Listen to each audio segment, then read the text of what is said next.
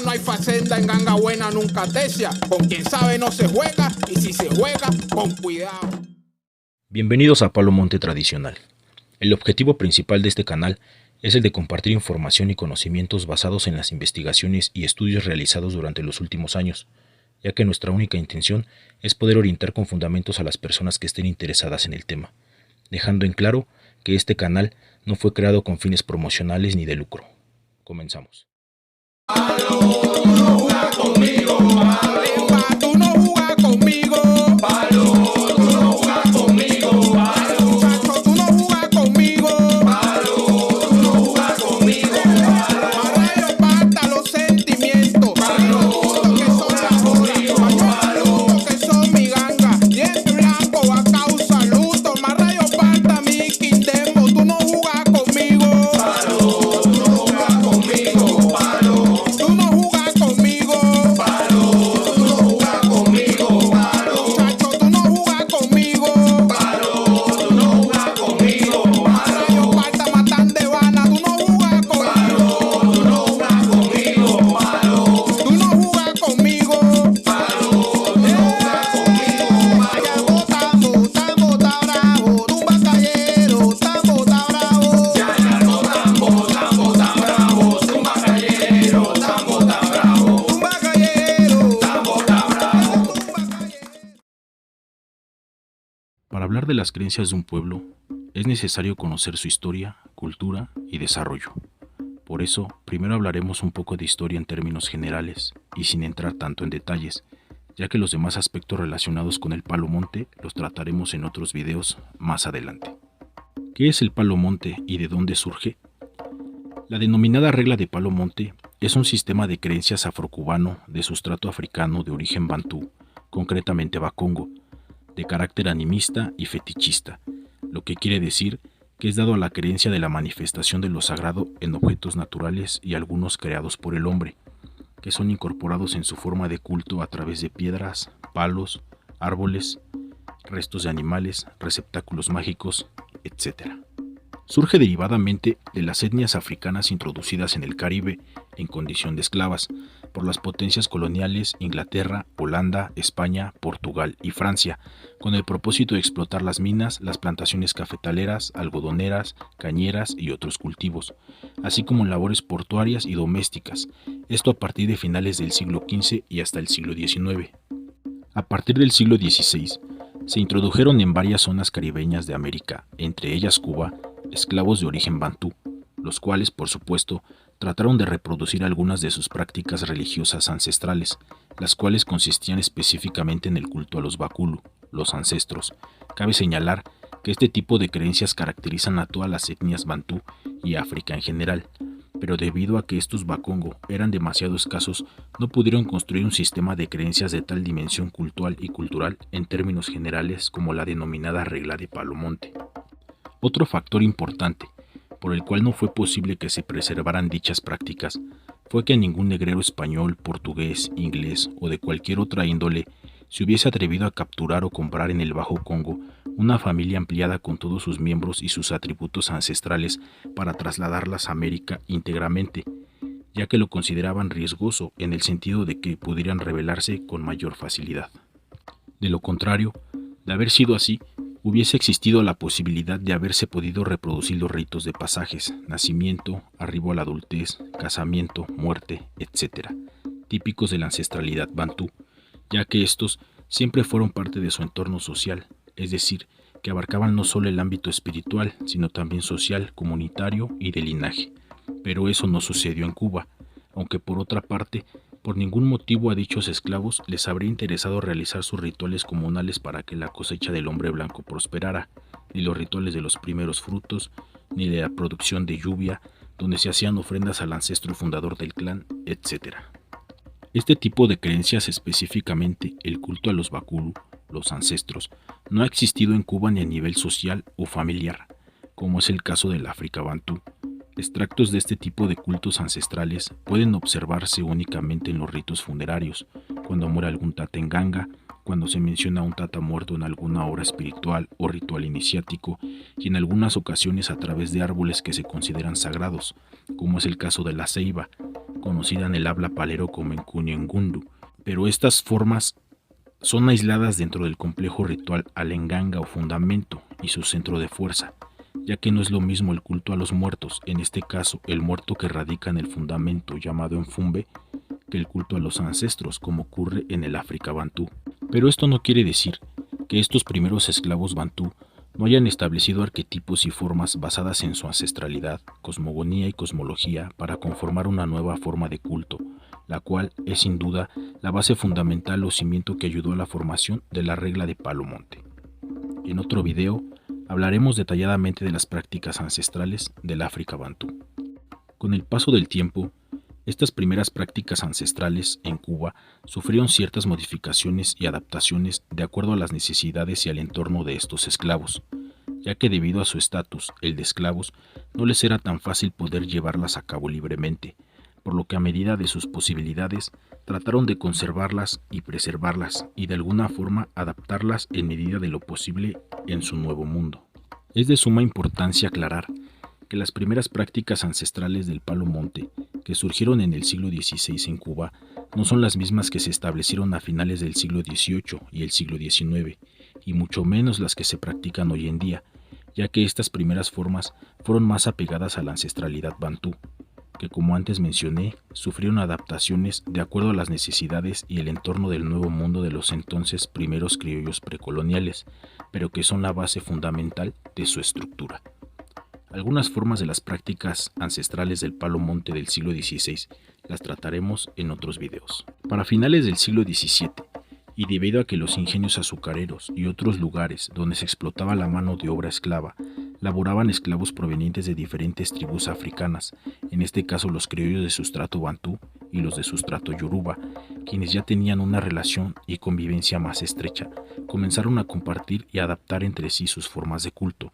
Hablando específicamente del caso de los primeros, adaptaron varias formas de los yoruba en sus prácticas religiosas, ya que para entonces sus formas ancestrales del siglo XVI estaban casi perdidas, o mejor dicho, disueltas, ya que solo unos cuantos las conocían y practicaban.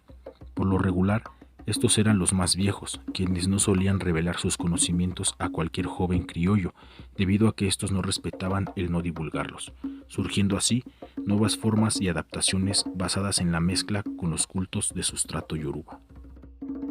Para la segunda mitad del siglo XVIII, estas nuevas formas derivadas de las adaptaciones antes mencionadas estaban estableciéndose como una forma de culto, denominada regla de Palo Monte, en sus ramas mayombe y brillumba, las cuales difieren en algunos aspectos dentro de sus prácticas, aunque ambas llevan algunas bases fundamentales, las cuales hablaremos en otro video.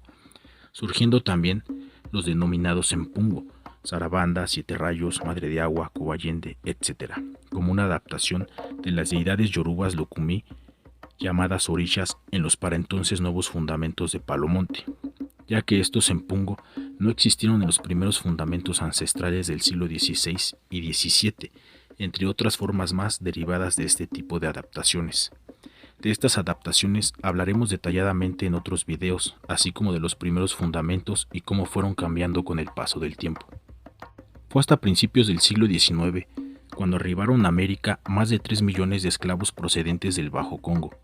Se tiene conocimiento de que estos africanos salieron por las zonas costeras angoleñas de Cabinda y Luanda, esto como resultado del convenio de supresión de la trata negrera, el famoso Tratado Anglo-Español, que fue firmado por Inglaterra y España en 1817 y puesto en rigor supuestamente a partir de 1820.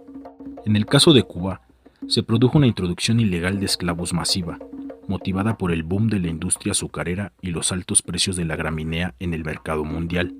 La mayoría de las etnias que fueron introducidas en esa época provinieron del Bajo Congo, específicamente del sur de Gabón, los dos Congos y el norte de Angola. Es importante señalar que estos últimos esclavos no eran el mismo tipo de esclavos que llegaron a partir de finales del siglo XV y sobre todo en el siglo XVI, que solían ser más rebeldes y difícil de dominar, ya que estos últimos venían de alguna forma ya adoctrinados por el catolicismo, el cristianismo y en algunos casos por las creencias musulmanes. Evidencia de esto es el tan mencionado saludo en Salam Aleikum, usado en la praxis palera y que proviene del léxico árabe Salam Alaikum, que significa paz sobre nosotros. Casos como este, entre otros, fueron introducidos en las prácticas ya establecidas en Cuba con el pasar de los años por la influencia de estos últimos esclavos. En otro video hablaremos de estas adaptaciones y el sincretismo dentro de los cultos afrocubanos. Debido a las fuertes cargas de trabajo, mala alimentación, maltrato, etc., hacia el esclavo africano, estos comenzaron a huir agrupándose y refugiándose en lugares de difícil acceso como el monte y la serranía, evitando ser recapturados por los ranchadores. Estos eran un grupo armado con la misión de recapturar a dichos esclavos, denominados como cimarrones. Una vez establecidos en sus lugares de refugio, estos cimarrones comenzaron a implementar sus propias formas de supervivencia, como la agricultura, ganadería, etc., formando así su propio sistema social en los famosos palenques. Todos estos problemas ocasionados por la inadaptación de los esclavos africanos llevaron al régimen español a buscar una solución, la cual encontraron a través de la promulgación de la legislación esclavista de carácter humanitario, ley que brindaría protección al esclavo africano con objeto de buscar su integración a la sociedad, y la Gran Cédula e Instrucción a Indias sobre la educación, trato y agrupación de los esclavos, promulgada el 31 de mayo de 1789, y el Bando de Gobernación y Policía de Cuba, promulgada por Jerónimo Valdés, capitán general de Cuba, el 14 de noviembre de 1842, y que entró en rigor a partir del 1 de enero de 1843.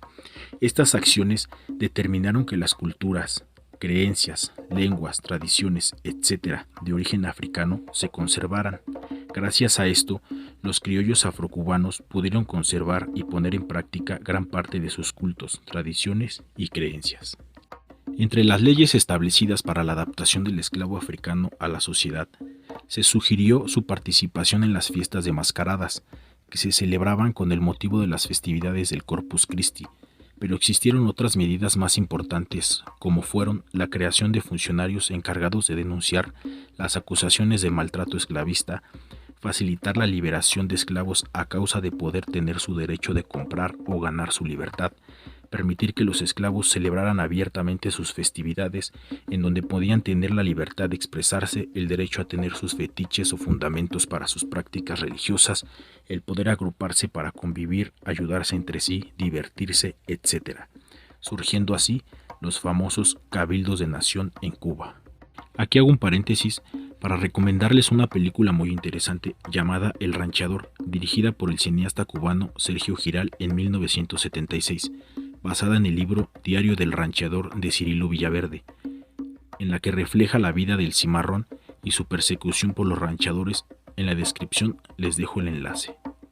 Esta religión indudablemente cristalizó entre finales del siglo XVIII y sobre todo en el siglo XIX, y es importante aclarar que nada tiene que ver con los descendientes del Mani-Congo, confederación tribal compuesta por 6 provincias: Mpemba o Mbasa-Congo, Nsundi, Mbata, Soyo, Mbamba y Mpangu, que por supuesto tampoco fueron ciudades sagradas y mucho menos formaban un reino, como erróneamente se ha venido afirmando, ya que estas confederaciones tribales dejaron de existir a principios del siglo XVII y sobre todo después de la batalla de Ambuila en 1665, donde los portugueses, aliados a los Yaga, pusieron fin al último reducto de la comunidad de los Bakongo.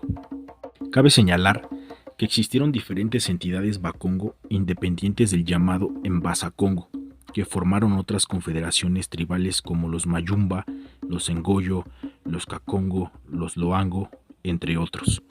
Esclavos procedentes de las mismas también llegaron como esclavos a América y sobre todo a Cuba. Después de la segunda mitad del siglo XIX, se creó la regla quimbisa por Andrés Facundo Cristo de los Dolores Petit, en la que se adaptaron sustratos de las prácticas del Palomonte, la regla de Ocha, espiritismo kardeciano, masonería, catolicismo y otros cultos, muy caracterizada por agregar el crucifijo a sus fundamentos, teniendo una forma de práctica muy alejada de las formas ancestrales. En otro video hablaremos de la regla quimbisa. En resumen, las huellas del africano han quedado en el habla, el baile, el canto, la filosofía y muy marcadamente en la religión o religiosidad del ser caribeño. Por lo tanto, no es posible considerar a la regla de Palo Monte como una religión meramente africana, ya que ninguna parte de África existió como tal, sino más bien como una religión de sustrato africano. En la actualidad, existen muchas dudas sobre la veracidad de las prácticas del Palo Monte. Esto debido a que estas formas de culto se han esparcido en diferentes partes del mundo y se ha comercializado considerablemente. Por eso los invito a que antes de iniciarse estudien y profundicen sobre el tema. Asegúrense que la persona con la que se van a iniciar en verdad sepa lo que está haciendo y conozca a profundidad lo que practica. No se dejen llevar por el sensacionalismo que hoy en día es la herramienta que se utiliza para la comercialización de este hermoso y respetable culto. Como he venido mencionando constantemente, en otros videos iremos tocando todos los temas relacionados con las prácticas del Palo Monte y las diferencias entre lo ancestral, lo que cristalizó y lo que se practica hoy en día, ya que es importante conocer estas diferencias para poder detectar a la gente que sin ser iniciados se autodenominan tatas, ya que hoy en día se ven muchos pseudotatas que con el pretexto de que porque su muerto así se los dijo, creen que ya es suficiente para que sea algo correcto, cuando no es así. No es menos cierto que el enfumbe muchas veces dictamina que sí y que no, pero esto no quiere decir que se puedan violentar algunas formas que por naturaleza deben hacerse de cierta forma, ya que debemos tener bien en cuenta que el Palo Monte se rige principalmente bajo las reglas de la naturaleza. Un ejemplo claro es que hoy en día hay personas que dicen haber sido rayados o facultados por un muerto, sin tener mayores, tata o yaya principalmente, o que rayan a la gente sin la presencia de una yaya, argumentando que por tener la licencia de una deidad o empungo femenino es suficiente, y esto no es así. Ya que si analizamos las reglas de la naturaleza, se necesita de un hombre y una mujer para poder crear vida. Lo mismo pasa en el Palo Monte. Para que nazca un nuevo ser, en este caso en la ceremonia de iniciación, se requiere forzosamente de un tata, padre, y una yaya, madre. Es por estas leyes naturales que en este culto la mujer no puede rayar y no se acepta iniciar a los homosexuales, pero estos temas los hablaremos detalladamente en otro video, cuando hablemos de la ceremonia de iniciación. Solo lo pongo como un ejemplo para que puedan darse cuenta que aunque cada monanzo tenga sus diferentes maneras de práctica, existen formas que por naturaleza no se pueden quebrantar, ya que hoy en día, con el famoso dicho cada congo con su maña, se justifican muchos pseudotatas para hacer lo que quieren fuera de las normas naturales, con tal de sacarle dinero a la gente usando como gancho el sensacionalismo, ya que lamentablemente hoy en día a la gente le gusta que les vendan show y obtener las cosas fácilmente. Tengan mucho cuidado con eso. Bueno, hasta aquí llegamos con este video, en el que hablamos un poco resumidamente de la historia, ya que para entrar en detalles nos llevaría muchísimo tiempo, pero poco a poco iremos desglosando en otros videos todo lo relacionado con el Palo Monte. Si te gustó nuestro contenido, te invitamos a que le des like y te suscribas. Activa la campanita de notificaciones para poder seguir haciendo más videos como este. Veo bomba, no kuma longo ya makwao.